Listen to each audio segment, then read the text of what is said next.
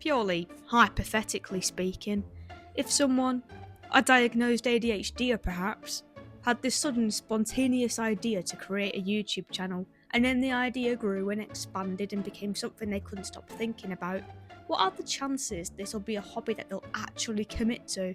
Or will it just be another hyperfixation that gets dumped as soon as it begins, fading into obscurity forever? I'm definitely not talking about myself or anything.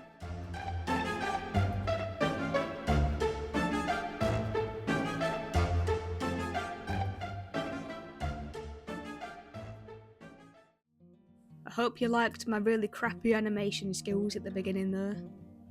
Anyway, welcome to my first ever video.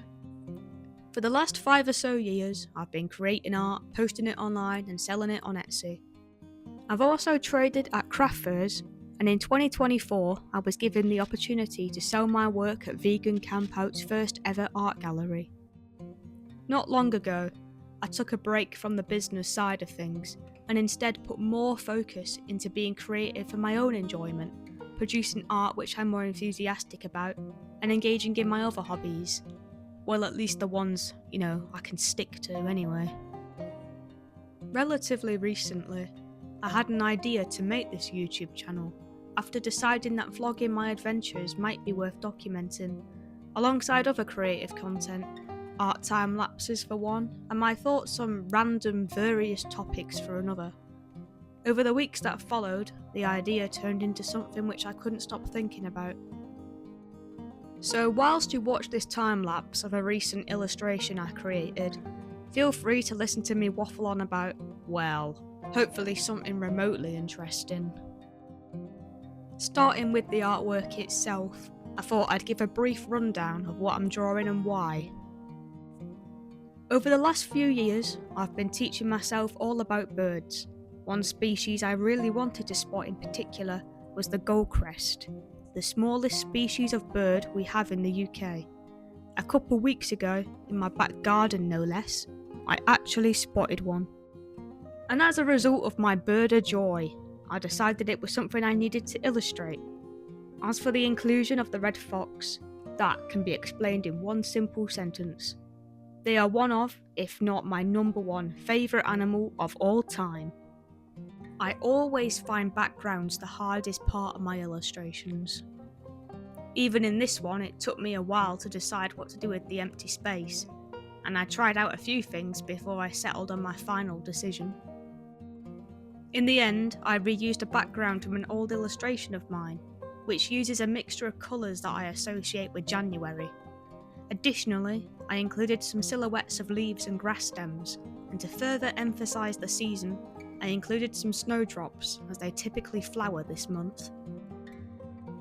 On the topic of foxes actually, one question I've been asked a couple of times now is, where did the name foxandfiver come from? I've gone by several names over the years, and changed my logo more times than I'd like to admit. However, I eventually settled on Fox as my artistic pseudonym, as red foxes are the animal I feel most strongly connected to.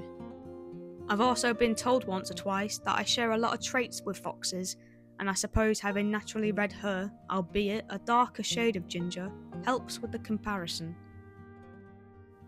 Despite being shy, secretive and highly intelligent, they are one of the most unfairly penalised animals in the UK countryside, but that's a whole separate topic which I actively speak about on my other platforms, and if I start talking about it, this video will end up being far too long, so I'll save it for a potential future video. Going back to the original topic, it also helps that I'm a fan of alliteration, which leads me neatly onto my next point. At the tail end of 2023, I became a guardian to a rescue greyhound who I named Fiver, after the Watership Down character who he shares a lot in common with. Having said that, we have joked recently that his name should be changed to Bigwig, as within the last few months he's become pretty confident in comparison to how he was when we first rescued him. Yeah, I know it's ironic to name a greyhound after a rabbit, and doubly so considering it's a numerical name, despite me being very against the greyhound racing industry, but I'm basically the epitome of juxtaposition, and I appreciate the irony. Regardless, he suits the name, and as an animal rights artist and activist, he gives me the drive to keep creating and spreading awareness on various animal rights issues. And as you can see from the clip of him I've included here, he is 100% a good boy, albeit very cheeky at times.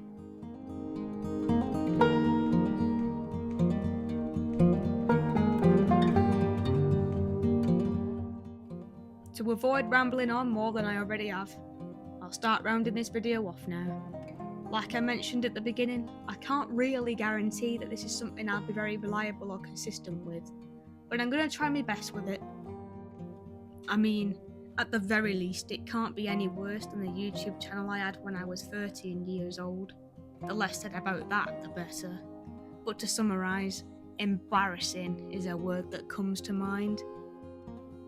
What I can say is that my next video is already in the works, a vlog from one of our recent adventures, but I refrain from spoiling any details, so you'll have to wait and see. For now though, I'll let you enjoy the remainder of this time-lapse without the burden of my incredibly annoying voice.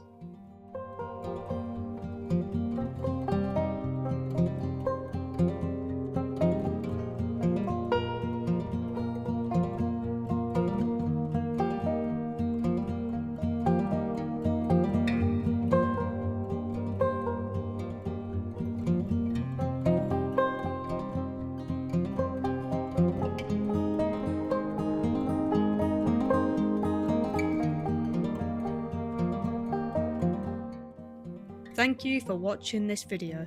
If you enjoyed it, please give it a like to support the channel, and make sure to scramble if you want to see more.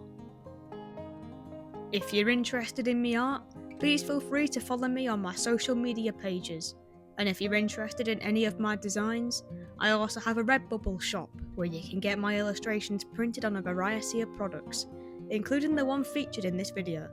I'll leave all sorts of handy links and handles in the description. Anyway, thank you again, and goodbye for now.